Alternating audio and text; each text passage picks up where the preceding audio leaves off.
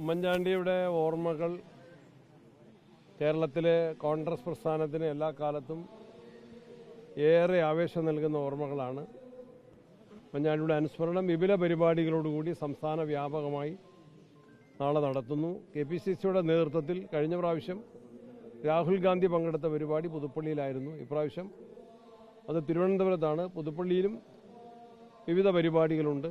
ഇവിടെ AICCയുടെ general secretary KC Venugopal ഉൾപ്പെടെയുള്ള നേതാക്കന്മാർ വരുന്നുണ്ട്.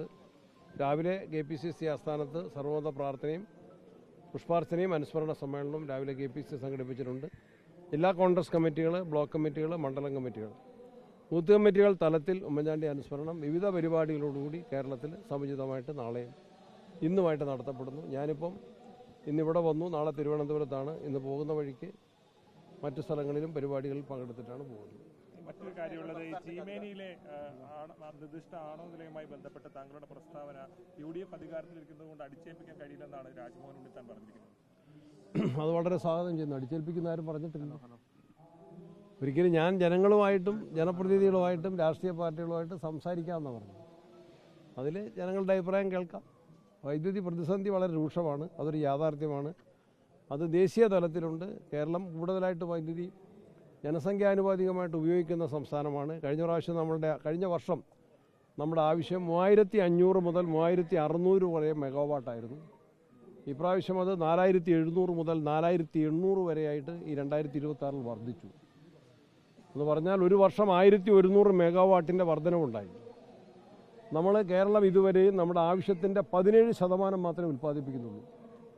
ജലവൈദ്യുത പദ്ധതിയിൽ നിന്നും സോളാറായിട്ടും വിൻഡായിട്ടും നമ്മൾ ഉൽപ്പാദിപ്പിക്കുന്നത് കേവലം നമ്മുടെ ആവശ്യത്തിൻ്റെ 17% മാത്രമാണ്. ഞാനത് അസംബ്ലിയിലും ഈ പ്രയാസം വന്നപ്പോൾ റൂൾ 300 പ്രകാരം അസംബ്ലിയിൽ ഞാൻ വ്യക്തമാക്കിയതാണ്. അസംബ്ലിയിലെ ചോദ്യങ്ങൾക്ക് മറുപടി പറഞ്ഞതാണ്.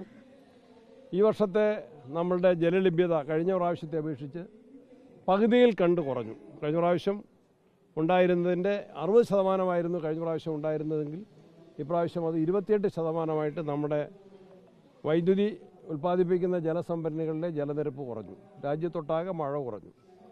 അത് വൈദ്യുതി ഉൽപ്പാദനത്തെ സാരമായിട്ട് ബാധിക്കുന്നു. മഴ കുറയുമ്പോഴത്തെ വേറൊരു അപകടം, മഴ കുറയുന്നതിൻ്റെ ചൂട് കൂടുന്നതിനനുസരിച്ച് വൈദ്യുതി ഉപയോഗം കൂടും. കൂടുതൽ വീടുകൾ വന്നു, കൂടുതൽ സ്ഥാപനങ്ങൾ വന്നു. അപ്പോൾ വൈദ്യുതി ഉപയോഗിക്കുന്ന ഇലക്ട്രിക് വെഹിക്കിൾസ് വന്നു, കൂടുതൽ എയർ കണ്ടീഷണറുകൾ വന്നു, വീടുപകരണങ്ങൾ വന്നു. അവരെല്ലാം വൈദ്യുതി ഉപയോഗിക്കുകയാണ്. അതുകൊണ്ട് ഉപയോഗത്തിലെ നിയന്ത്രണം അത്യാവശ്യ കാര്യങ്ങൾക്ക് മാത്രമായിട്ട് പരിമിതപ്പെടുത്തണം. അനാവശ്യമായിട്ട് വൈദ്യുതി ഉപയോഗിക്കുന്ന ആഡംബര വിളക്കുകൾ ഒഴിവാക്കണം. രാത്രി കാലങ്ങളിൽ ഇസ്തിരി ഇടുന്നത് ഒഴിവാക്കണം. AC സംബന്ധിച്ച്, എയർ കണ്ടീഷണറെ സംബന്ധിച്ച് ഞാൻ കഴിഞ്ഞ ദിവസം കേന്ദ്ര പരിസ്ഥിതി മന്ത്രാലയത്തിലെ ഉയർന്ന ഉദ്യോഗസ്ഥന്മാരുടെ ഒരു കമ്മിറ്റി വന്നിരുന്നു തിരുവനന്തപുരത്ത്. മുഖ്യമന്ത്രിയും ഞങ്ങളൊക്കെ ആയിട്ട് സംസാരിച്ചു. അവർ ഈ കാര്യം പറഞ്ഞപ്പോൾ ഇങ്ങോട്ട് പറഞ്ഞതാണ്, കേന്ദ്ര ഗവൺമെൻറ് നമ്മൾ ഉപയോഗിക്കുന്ന നമ്മളുടെ എയർ കണ്ടീഷണറിന് 27 ഡിഗ്രി സെൽഷ്യസ് ആയിട്ട് നിശ്ചയിക്കാൻ കേന്ദ്രം ആവശ്യപ്പെടുന്നു എന്ന് പറഞ്ഞു.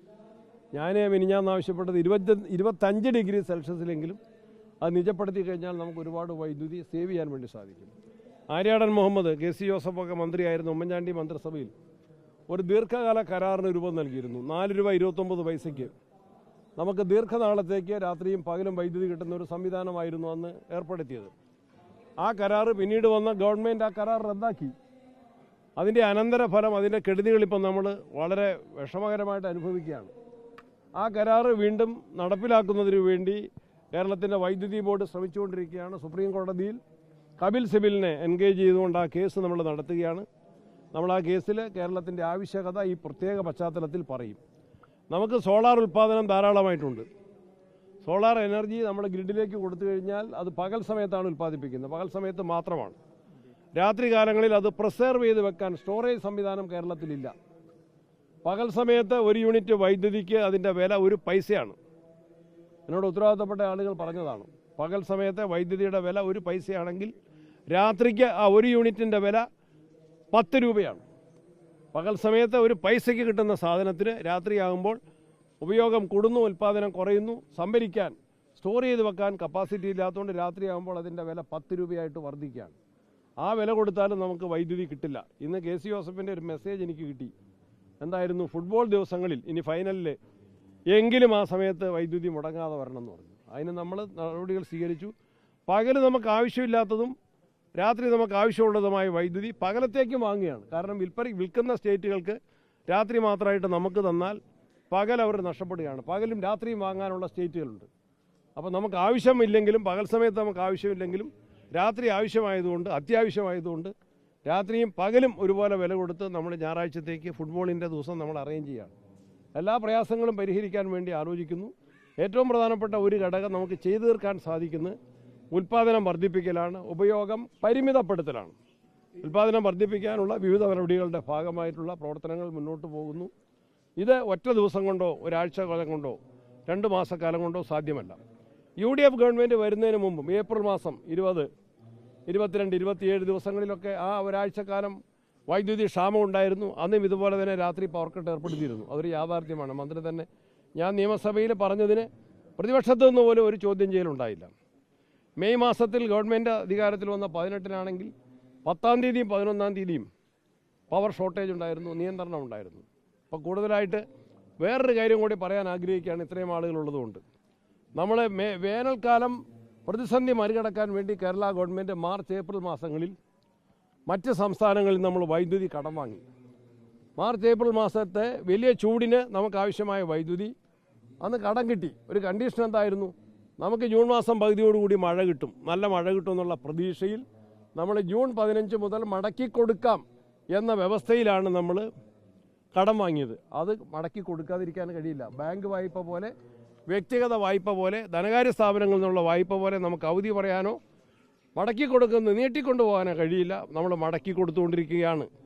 ഈ പ്രതിസന്ധി നിറഞ്ഞ കാലഘട്ടത്തിലും മുൻ ഗവൺമെൻറ് കടം വാങ്ങിയ വൈദ്യുതി നമ്മൾ മടക്കി കൊടുത്തുകൊണ്ടിരിക്കുകയാണ്, മടക്കി കൊടുത്തുകൊണ്ടേയിരിക്കും. എന്നാൽ പുതിയത് എവിടെ നിന്നെല്ലാം കിട്ടുമോ അധിക വില കൊടുത്ത് വാങ്ങാൻ വേണ്ടിയിട്ടുള്ള പ്രവർത്തനങ്ങളുമായിട്ട് വൈദ്യുതി വകുപ്പ് മുന്നോട്ട് പോവുകയാണ്. വൈദ്യുതി പ്രശ്നം പരിഹരിക്കാനായി ചീമേനി പോലുള്ള പ്രശ്നങ്ങളുടെ അതുകൂടി ആലോചിക്കാം. അതൊരു എന്നോട് LDF-ൽ നിന്ന് തന്നെ അനുകൂലമായി പറഞ്ഞവരുണ്ട്, UDF-ൽ നിന്ന് തന്നെ അനുകൂലമായി പറയാത്തവരുമുണ്ട്. അപ്പോൾ ആലോചിക്കാം.